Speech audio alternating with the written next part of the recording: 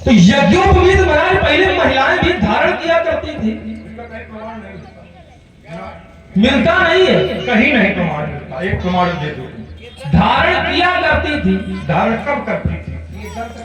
हाँ, अगर धारण करती थी तो महिलाएं यज्ञ भी करवाती थी। और यज्ञोपवीत का अर्थ है यज्ञ करवाना।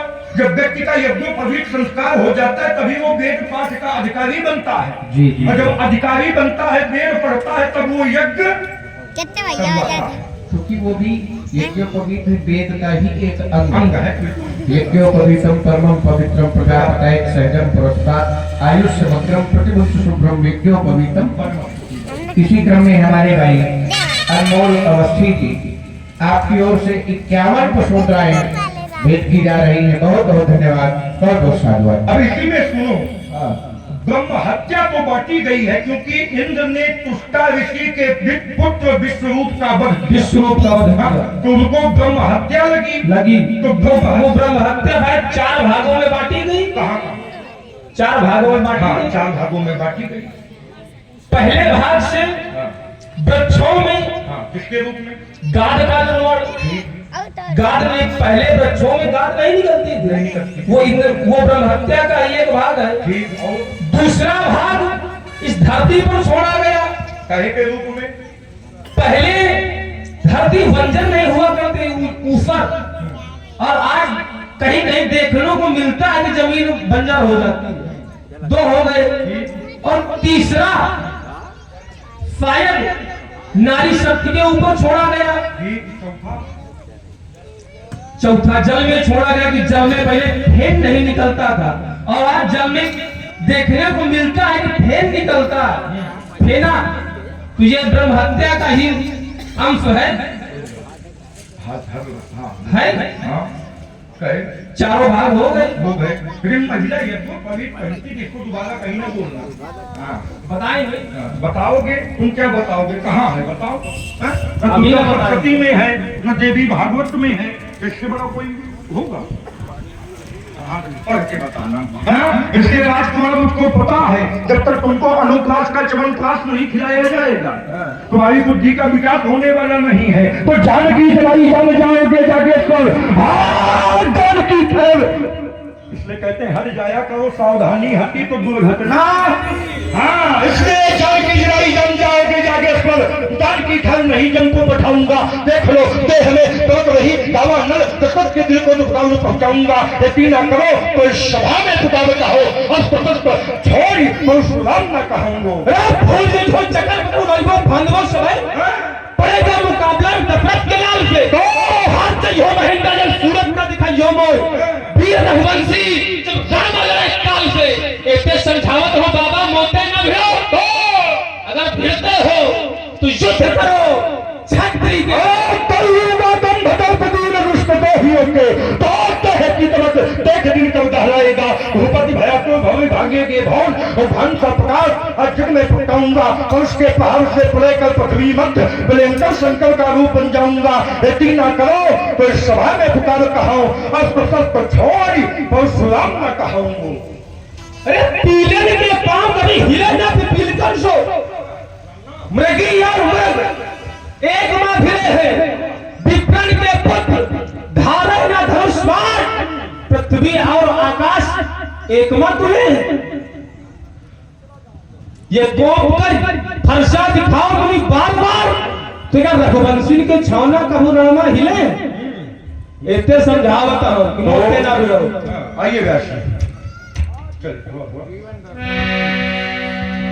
वो बूढ़ा दशरथ को सदा रहा, हम ब्राह्मणों का परम पुजारी,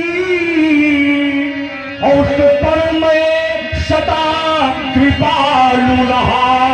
वो था मेरा आज्ञाकारी संगी, वशिष्ठ को बुलवाकर पुत्रेष्टि यज्ञ कराया है।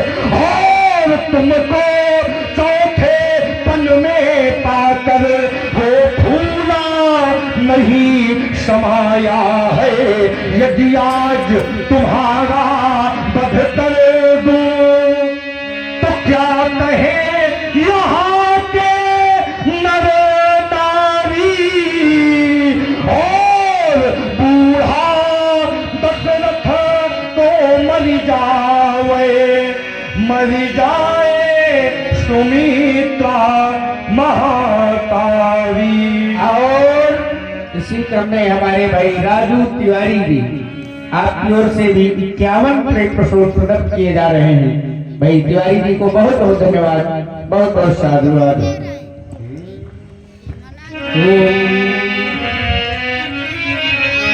महिषैल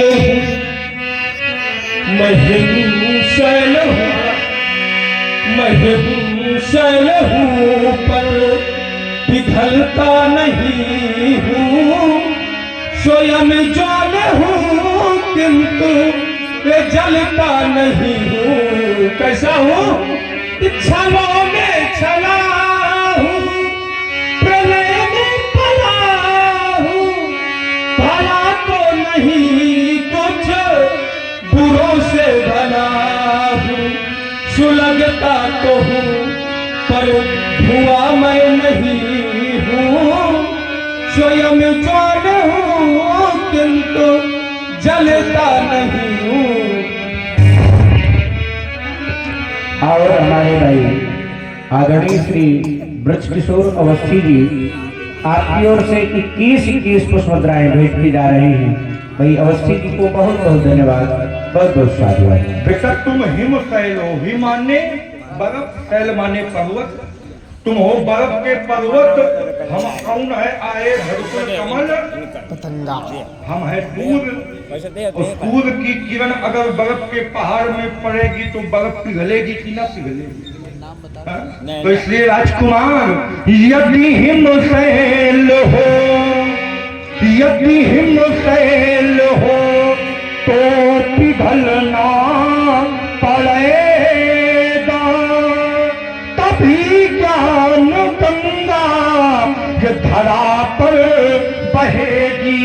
स्वयं ज्वाल हो तुम, स्वयं जाल हो तो भी जलना पड़ेगा,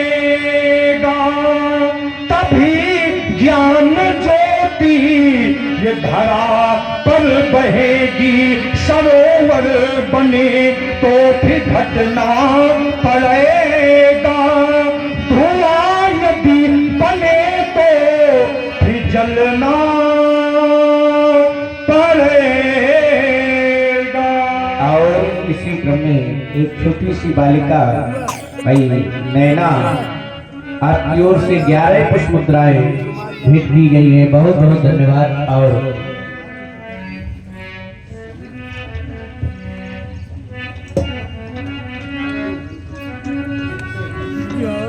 और हमारे भाई कल्लू दिसंबर निषाद आपकी ओर से 100 पुष्प मुद्राएं हमारी समिति को भेंट की गई। बहुत बहुत धन्यवाद, साधुवाद। मैं कठिन पंथ का पथिक लगा, मैं कठिन पंथ का पथिक लगा, करतानित झंझावातों से ये प्राकृतिक प्रकोप ना डरा सके मुझको अपनी आघातों से। मैं चला चला जब जिस पथ पर नहीं देखा मैंने आदि अंत, वर्षाव ग्रीष्म ऋतु शरद शिशिर, सुख से न राग दुख से न द्वेष, तो मैं मिला पथिक जगन्नाथों से। मैं कठिन पंथ का पथिक लला, करतानित झंझावातों से।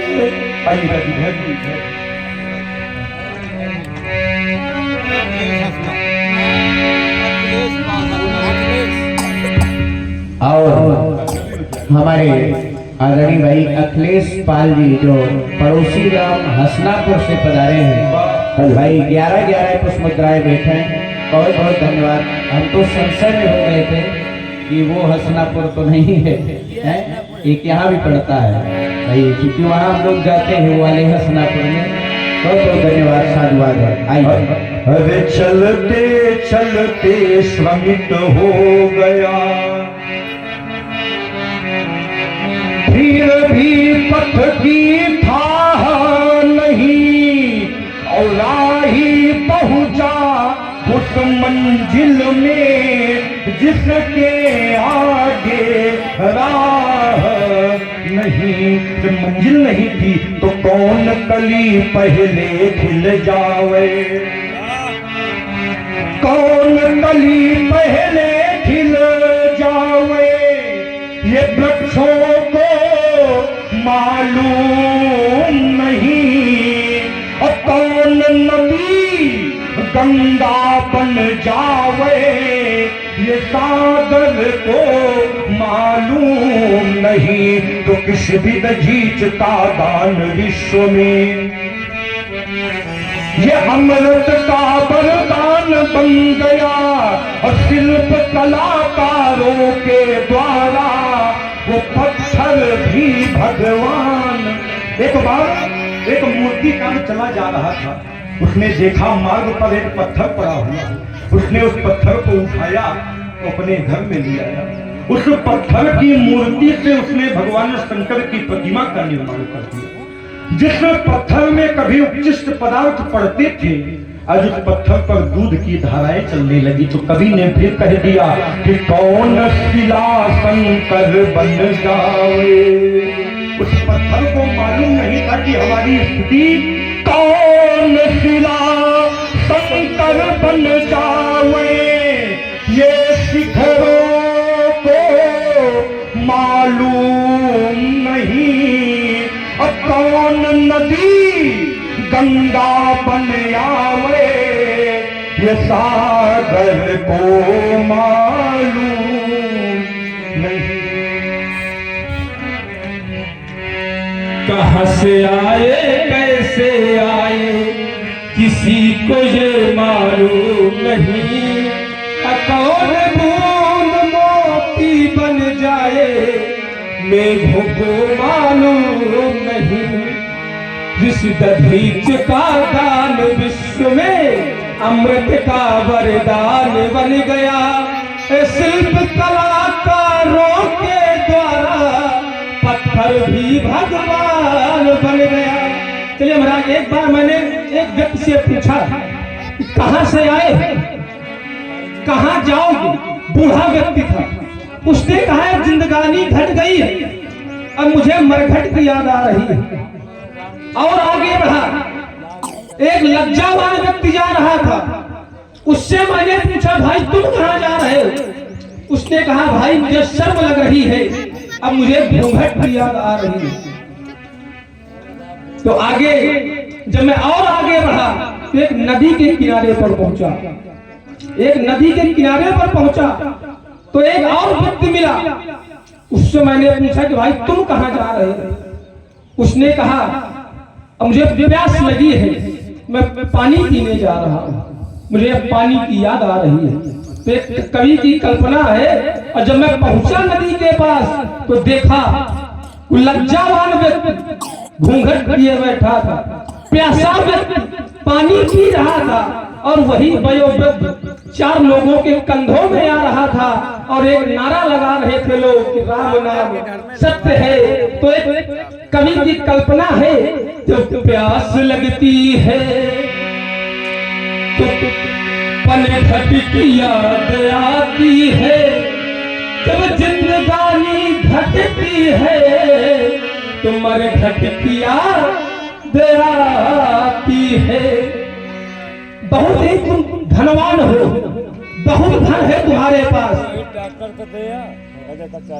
थोड़ा सा सरदर्द हुआ, वैद्य बुला लिया, इलाज करवा लिया, सही हो गया। जब अंत समय आया तो क्या है, तो जाना है साथ में, नहीं जाना है महाराज, क्योंकि हमारे कवि कहते हैं कि धन वालों के बल वालों के, धन वालों के बल वालों के ये बड़े बड़े बेटे हैं, किंतु लंगड़ों के ढेरों पर वो चुप हो चित कर लेते हैं। सह न सके सर दर्द कभी, पर उपचार बहुत करवाए हैं। तो चलने का जब समय हो गया, धनवंतर काम नया आए हैं। और हमारे भाई राम बहादुर जी जो अश्वार तारापुर से पधारे हैं भाई, आपकी ओर से भी 11-11 पुष्प मुद्राएं भेंट हैं श्याम, बहुत बहुत धन्यवाद। देखो बेटा, व्यक्ति के नाम बड़े होने से वो व्यक्ति बड़ा नहीं हो जाता। कभी कभी संसार में किसी व्यक्ति का नाम बहुत बड़ा होता है लेकिन काम बहुत छोटा होता है, और कभी कभी संसार में किसी का काम बहुत छोटा होता है और नाम बहुत, मतलब नाम हो नारायण और काम करे धूमधकारी का, तो क्या उचित है? एक गांव में एक व्यक्ति रहता था, उसको सब बेसहूर बेसहूर कहा करते। ये देखो भोलेनाथ के गण आए सब, हाँ भोलेनाथ वाले आए, अच्छा भैरवनाथ वाले आए, भैरवनाथ वाले। तो गांव के व्यक्ति उसको बेसहूर कहा करते थे। उसकी पत्नी ने कहा ऐसा करो तुम नाम बदल कर आओ, ये सब तुमको बेसहूर कहते हमको अच्छा। तो उसने कहा नाम बदलने किसी और गांव में जाना पड़ेगा। वो चल दिया, एक स्थान पे गया, एक व्यक्ति धुनिया धुन रहा था। उसने कहा भैया आपका नाम? तो उसने कहा मेरा नाम है भाग्यवान। कहा वाह नाम है भाग्यवान और दुनिया धुन रहे। कहा चलो ये नाम गड़बड़ है और आगे चलो। और हमारे भाई ओम प्रकाश जी शिवहरे सराय, आपकी ओर से भी 11-11 पुष्प मुद्राएं भेंट हैं, बहुत बहुत धन्यवाद साधुवाद। और आगे बढ़ा तो एक व्यक्ति हाँफते हुए लाठी लिए चला। उसने कहा भैया रुको, कहां से भाग के आए? उसने कहा बगल वाले गांव में लाठी चल गई है, हम भागी आए। कहा अपना नाम बताओ। कहा नाम तो हमारा रणसूर है। कहा नाम रणसूर है और भागी आओ। और आगे चला, एक व्यक्ति, 4 व्यक्ति एक व्यक्ति को कांधे में लिए ले जा रहे थे। कहा भैया ये कौन है? कहा ये है अमर सिंह। कहा नाम है अमर सिंह और मरीगी। कहा बिल्कुल। महाराज उससे वो घर चला आया, नाम बदलने वाला विचार छोड़ दिया। उसने पत्नी से कहा हमने संसार में देखा है तो सब उल्टा है। कहा क्या देखा है? कहा भाग्यवान दुनिया धुने और भाग्य चले रणसूर और अमर रहे तो चल बसे हम भले रहे बेसहूर। तुम्हारा दुनिया में ऐसे भी व्यक्ति समय कब बदल जाए कहा नहीं जाता। बाजी बेर हाथी और घोड़ा के जोड़ा बंधे और बाजी बेर हाथ में कुदाल हूँ को कहिए। बाजी बेर हाकिम पर हुक्म करत रहे और बाजी बेर 4 बात नीच हूँ कि सहिए। बाजी बेर साल और दुसाला मिले ओढ़न को और बाजी बेर कामरी को टूक ओढ़ी रहिए। पर हारिए न हिम्मत और बिसारिए न प्रभु को नाम। जाही विधि राखे राम वाही विधि।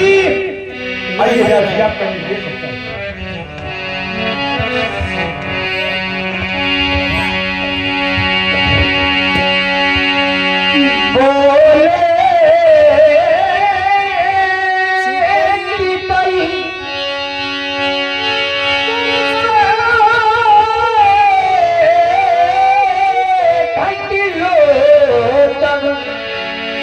लोग अपारी बोले चितयन परती बोला ये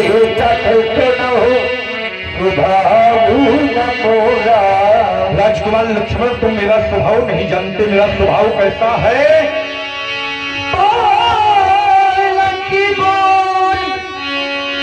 बधाऊ नहीं तो ही केवल गुण नहीं तो।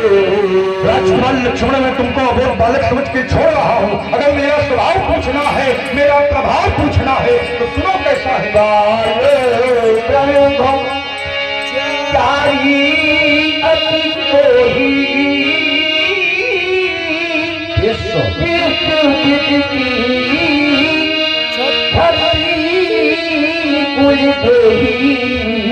राजकुमार बालक ब्रह्मचारी 4 प्रकार के होते हैं।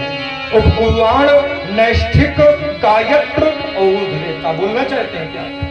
और हमारे भाई नवयुवक रामलीला समिति रावतपुर, हमारी समिति की ओर से 101 पुष्प मुद्राएं दोनों महान विद्वानों के श्री चरणों में बहुत बहुत धन्यवाद। साधुवाद।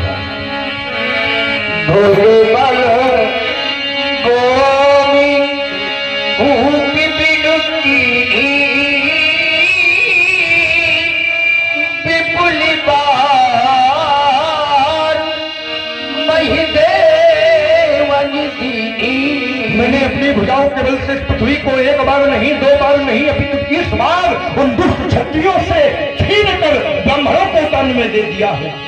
साची बाहु उजखे दीहारा प्रतिदिलोक महीपी कुमार। राजकुमार लक्ष्मण देखो, ये वही परश है जिससे मैंने सात बाहु जैसे अत्याई का वध करके धराधाम में धर्म की स्थापना की है।